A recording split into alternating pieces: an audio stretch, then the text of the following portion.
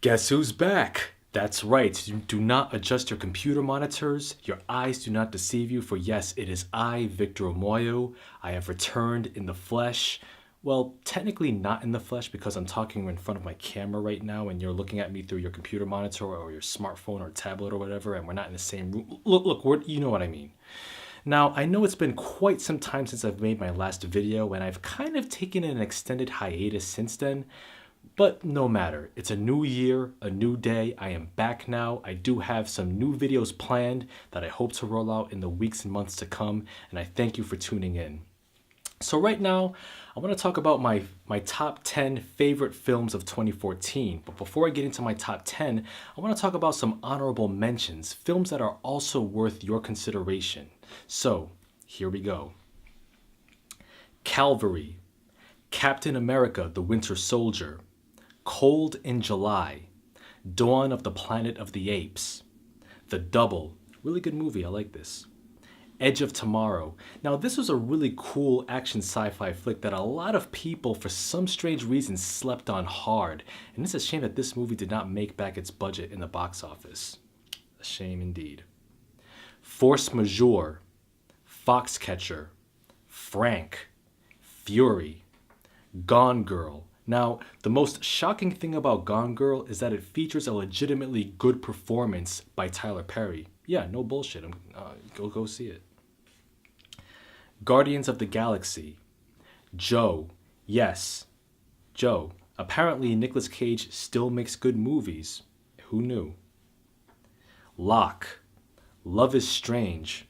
The Lunchbox. Delightful little film. I like this. Maleficent. A Most Wanted Man. Noah. Snowpiercer. Starred Up. Top 5, featuring one of the most hilarious cameos I've seen in years. Go see this film. Venus in Fur. Wild. The Wind Rises. And last but not least, X-Men, Days of Future Past. One other film that I want to talk about before I get into my top 10 is the excellent documentary Life Itself, which is a celebration of the life, career, and legacy of the late great film critic Roger Ebert, who was an inspiration to millions worldwide, myself included. And what's fitting about this documentary is that it was directed by Steve James, who was the filmmaker of the landmark 1994 documentary Hoop Dreams, which was a film that Ebert and Gene Siskel championed back in the day. And so it's quite fitting for Steve James to be the one to not only film the last few months of Ebert's life, but also explore Ebert's legacy and influence in film criticism, as well as his influence in how we perceive and talk about movies. So if you haven't had a chance to see Life Itself, please go see it as soon as you can. I give it my highest recommendation. And so without further ado, here it is, my top 10 favorite films of 2014. Bada boom, greenest walls in the room, how you doing? Let's do this. Number 10. The Grand Budapest Hotel. Wes Anderson's latest film is every bit as charming and quirky as all of his previous works, and depending on how you feel about his movies, that may either be a great thing or a sign to steer clear. Now granted, I'm not as head over heels in love with his films as much as others, but I do like them, and The Grand Budapest Hotel strikes just the right note for me. Ralph Fiennes is clearly having a ball on screen as the eccentric concierge of the title's hotel, and the wonderful pastel-colored visual style by Robert Yeoman and Alexander Desplat's fine score all come together to make this film a wonderfully off-kilter experience. Number 9. Whiplash. This emotionally visceral film pits Miles Teller's upstart jazz drummer Andrew Neiman against J.K. Simmons' terrifying Terrence Fletcher, a brutal music teacher who berates, manipulates, breaks down, and damn near beats down his students in order to reach his extremely high standards of greatness. Despite Fletcher's abusive treatment, Neiman's ambitions to become the next Buddy Rich, as well as his own arrogance, propels him to weather the storm. Now, Whiplash sounds like it has a familiar setup with its underdog premise, but make no mistake, this ain't no Rocky with a drum set type narrative. Watching Neiman's story unfold, as well as the push and pull dynamic between ambitious students and asshole teacher, puts you on edge throughout the film's runtime. Both Miles Teller and J.K. Simmons deliver impactful performances here, and the film's last act, which I will not spoil of course, is simultaneously exhilarating and unsettling, and it will definitely leave you thinking about it for a good long while. Number 8. Under the Skin. Lots of people, myself included, had just one word to describe Jonathan Glazer's uniquely disquieting film after the first viewing. The fuck? Loosely based on Michelle Faber's 2000 novel of the same name, Under the Skin stars Scarlett Johansson as an unnamed alien succubus who assumes the form of an attractive human female and lures unsuspecting and thirsty men looking for some posterior to their deaths. Periodically, a motorcyclist, who is presumably her handler, checks in on her. Of what purpose is her mission? What is she tasked with looking for? What is she learning about us hapless humans? Under the Skin creatively combines art house elements with science fiction horror, and adding to the film's haunting vibe is the otherworldly and subtly nightmarish score by Mika Levy, with its creepy sounding strings and sparse instrumentation. Undoubtedly, one of the most unique films of 2014. Number 7. The Imitation Game. Benedict Cumberbatch stars in this excellent biographical picture as Alan Turing, the brilliant computer scientist whose work in cracking the Germans' Enigma machine enabled the Allies to win World War II. Now, instead of being lauded as one of history's greatest heroes, however, Turing was condemned and prosecuted for his homosexuality, a criminal offense in his native Britain at the time. Under some sterling direction by Morton Tildum and a strong screenplay by Graham Moore, Cumberbatch gives a commanding and endearing performance as the influential mathematician and quote-unquote irascible genius. Equally commendable turns by the supporting cast, including Matthew Good, Mark Strong, and especially Keira Knightley as Joan Clark, a fellow codebreaker who unfairly contends with the loathsome gender prejudices of her era, further elevates The Imitation Game beyond standard biopic fare into something remarkable. Number 6. Ida. Paweł Pawlikowski's 80-minute drama Ida is an understated and quietly moving story centered on themes of self-discovery and painful histories. The film is set in 1962 Poland. Agata Terzbukowska stars in her debut performance as Anna, a young nun who is told by her mother superior to visit her aunt before taking her vows. Shortly after visiting her aunt Wanda, who happens to be a noted prosecutor from years past, Wanda informs the young nun that her name is not Anna, but that in fact it's actually Ida Liebenstein, and that she's Jewish. On top of that, both of Ida's parents were murdered during the Second World War, and upon hearing these revelations, both Ida and Wanda set out to discover the final resting place of her parents. Ida is truly a terrific film in how it evokes its 1960s setting through its impeccably crafted Academy ratio cinematography.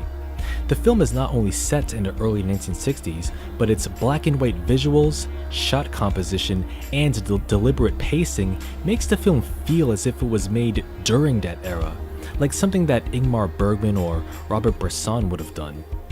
Most peculiar is how Ida as well as other characters are commonly framed near the bottom corners of the frame, leaving plenty of open space above their heads as if to subtly communicate the weight of their respective realities, be it the Catholic Church or the still fresh wounds of post-war Poland. Number 5. The Immigrant. James Gray's fifth feature film stars the always fantastic Marion Cotillard as Iwa, a Polish immigrant arriving with her sister in Ellis Island, eager to start anew in 1920s America. Unfortunately, Iwa's sister is detained because of her sickness, and now facing a new country all alone, Iwa is immediately taken in by Bruno Weiss, an opportunistic pimp who prostitutes her so she can save enough money to bring her sister into the country. This dreadful scenario lays the foundation for further complications down the road. Cotillard's performance here is deeply affecting, and you can't help but empathize with her plight as she barely holds on to whatever meager scraps of dignity she manages to retain. Another element that is just as effective is the film's alluring amber-hued cinematography, courtesy of Darius Khondji, whose detailed eye in this film helps to beautifully bring the early 1920s setting to life. The Immigrant is currently available on Netflix, so if you haven't seen it yet, go ahead and put it in your queue. Number 4. The Babadook. Wait a minute. Wait a minute. Do mine eyes deceive me? A great horror film released in 2014, and it's not a crappy remake or based on a dumbass board game either? Yes, indeed, people. The horror genre is still alive and kicking, or slashing rather, and this Australian feature, The Babadook, is not only the undisputed champion of 2K14 scary flicks, but it's also one of the year's best films, period. Writer-director Jennifer Kent knocks it out of the park with her debut feature, which stars Essie Davis as Amelia, the beleaguered mother of her woefully troubled son Samuel, played by Noah Wiseman. Both Amelia and Samuel are haunted by the Babadook, a menacing children's book villain who terrorizes them night in and night out, with no end in sight. Essie Davis gives a gut-wrenching performance as a mother who's beyond her wits' end in dealing with her deeply disturbed child, and with each passing scene, you just feel every harrowing minute of her ordeal as it unfolds. She truly delivers one of the year's best performances, and both filmgoers and critics should stand up and take notice. Jennifer Kent expertly crafts a penetrating psychological horror tale that is too intelligent for cheap-ass jump scares or torture porn levels of gore, instead relying on atmosphere, keen sound design, and steady pacing to keep the fear at the forefront. If you love horror films, go see The Babadook. If you're not a fan of the genre, go see The Babadook. What are you still doing watching this video anyway? I said go see The Babadook. Actually, no. Don't watch it just yet. Stick around because we have 3 more films to go on this list, which brings us to number 3. Nightcrawler. No, not that Nightcrawler, but this Nightcrawler. Now, this is a psychological horror film of a different sort. Here, Jake Gyllenhaal turns in an incredibly creepy turn as Louis Bloom, a conniving little shit who gleefully adheres to can-do platitudes of reaching for the stars and Horatio Alger-esque myths by getting into night crawling, which is filming footage of grisly car accidents and crime scenes, then selling the footage to local news stations for their nightly broadcasts. As Bloom delves deeper into his ethically dubious career choice, he becomes a more powerful, more amoral monster, successfully manipulating both his superiors and desperate underling, Rick, played by Riz Ahmed, as events begin to derail his momentum. Nightcrawler is yet another debut directorial feature, this time by Dan Gilroy, who previously co-wrote such films as The Bourne Legacy, Tarsem's 2008 visual feast The Fall, and The Story for Real Steel. Gilroy's film functions as a darkly comic satire of broadcast journalistic ethics as well as the tropes of underdog stories, not only criticizing the uncomfortable truism of if it bleeds it leads, but also challenging us to follow an utterly happy-go-lucky sociopath with an aw shucks determinism. Adding to this uncomfortable contradictory challenge is the first-rate score by James Newton Howard, which almost sounds uplifting. Also, the nighttime photography by Robert Elswit makes Nightcrawler a visually captivating watch. Number 2. Interstellar. Now, there have been some strong opinions about Christopher Nolan's latest sci-fi epic, with some praising the film as well as Nolan's direction, while others hating on it and viewing it as yet another example of why Nolan is such an overrated hack. Well, I for one loved Interstellar, and I was left in awe as I watched it, fascinated by the imagination and craft that was on such amazing display. Matthew McConaughey continues his winning streak of high-quality roles as Cooper, a former astronaut living with his family on a blighted, dust-covered Earth, where food is becoming scarcer by the day and humanity's extinction looms just around the corner. One day, having been spurred on by some mysterious clues, both Cooper and his 10-year-old daughter, Murphy, stumble upon a secret NASA facility in which scientists are conducting spaceflight missions to discover more habitable worlds to save humanity. Cooper, along with a small team of astronauts, venture off into space on the most desperate quest imaginable, facing certain death while striving for an uncertain future. Part of what makes Interstellar succeed as a powerfully effective piece of sci-fi is its adherence to scientific accuracy. Although the film, like other sci-fi films before it, takes certain liberties to deliver a more fantastical narrative, Nolan's film is perhaps one of the more scientifically plausible and grounded sci-fi films to date. Theoretical physicist Kip Thorne worked as a consultant on the film, devising the mathematical equations needed for the visual effects artists to create the supermassive black hole depicted on screen, as well as the wormhole used by the main characters for their intergalactic journey. It's details such as these, as well as numerous other examples in the film, that stirs one's imagination and sense of wonder like nothing else.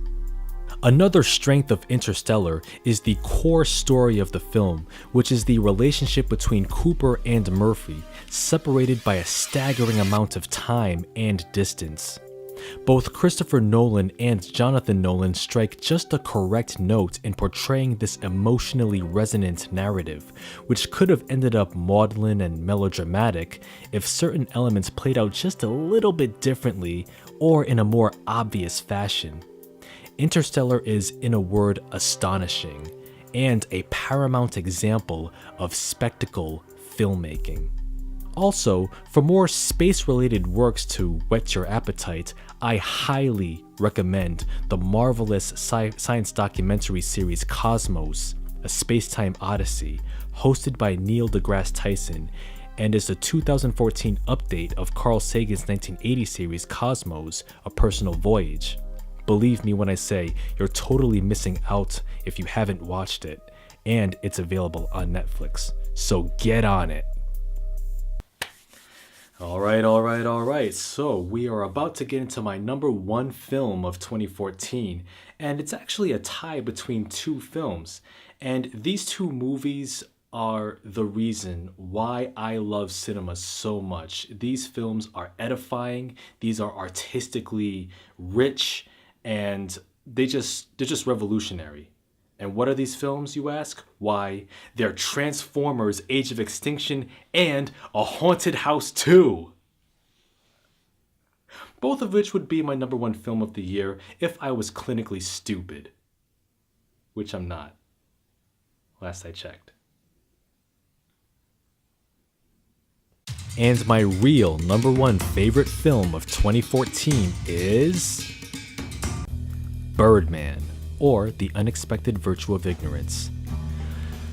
Oh man, this right here is freaking brilliant filmmaking. Let me tell you. Alejandro González Iñárritu, the director behind such films as Amores Perros, 21 Grams, Babel, and the so depressing you'd want to drink an ambient smoothie movie, Beautiful, has created what is, in my opinion, his finest feature, bar none, with Birdman. Michael Keaton leads the way as Regan Thompson, a Hollywood actor whose most famous role was the costumed superhero Birdman. Not, sad to say, Harvey Birdman, Attorney at Law, although that would have been a pretty kick-ass movie, but anyway. Having starred in 3 high-profile blockbuster Birdman movies, Regan Thompson was sitting high and pretty on the top of the A-list. But that was over 20 years ago. Today, Thompson is a washed-up former star trying to reboot his career as a serious actor by writing, directing, and starring in a Broadway play adaptation of Raymond Carver's short story, What We Talk About When We Talk About Love. Unfortunately, yet expectedly, so many things nosedive one after another, ranging from the insecurities of a Broadway actress to Thompson's contentious relationship with his daughter/assistant Sam, gamely played by Emma Stone, and to the egotistical hijacking of his own play by popular Broadway thespian Mike Shiner, played by Edward Norton in a winning supporting turn. Oh, and occasionally, Birdman talks to Thompson in his head, egging him on to put on the gaudy costume just one more time. I mean, sure, he's over 60, but it worked for Harrison. When we talk about Birdman, we've got to talk about the magnificent cinematography by Emmanuel Lubezki, one of the absolute best directors of photography in modern cinema. The entirety of this 2-hour film is composed to appear as one long, continuous take from start to finish. And while there are hidden cuts throughout to bridge the scenes together, the effect is jaw-dropping. With this genius camera work, Alejandro Iñárritu's direction is an exercise in precision, enabling the cast to weave together spot-on choreography at all times, much like an actual play unfolding before the lens. Along with his technical prowess, Birdman is an astute examination of a wide variety of artistic and existential themes. For example, the film comments on the glut of comic book superhero films that has dominated Hollywood for the past 15 years, mentioning how popular, well-respected actors have earned buku loot playing such roles. And that's why it's no accident that Michael Keaton plays the film's protagonist, as over 20 years ago, he played some rich dude who wore a bat costume while fighting some crazy-ass clown, a fat, ugly bloke who thought he was a penguin, and Michelle Pfeiffer. Actually, that's not her. That's Michelle Pfeiffer. Yeah, that's what I'm talking about. Also, one of the film's existential themes is the question of just what makes an artist a real artist. You see, throughout the film, Thompson's credibility and reasons for working on his play is openly questioned by his co-stars. Why does some has-been superhero star want to sully the Great White Way when he could just make millions more with a rehashed sequel instead? Shouldn't we as the audience want an artist to take risks and succeed? Or should we just be satisfied with the same old shtick, pay money for it, then complain about why we keep getting the same old shtick all the time? Lastly, but certainly not least, I have to give major props to the thumping drum score by Antonio Sanchez, which not only works as a sonic representation of Thompson's madness, but also enhances the freewheeling rhythm of the film. All in all, Birdman is the type of film that shows why I love cinema, and it is a masterpiece, hands down. Alright, ladies and gentlemen, so there it is, my favorite films of 2014. And so my question to you is, what are some of your favorite films of the 2K14? Whatever they are, please leave your comments below. And as always, thank you so much for watching, and thanks to all my subscribers and everyone who's offered their kind words of encouragement and all that other good stuff. I'm Victor Omoayo, and you can find more video, essay, and film review goodness to be had right here on the V Knowledge channel.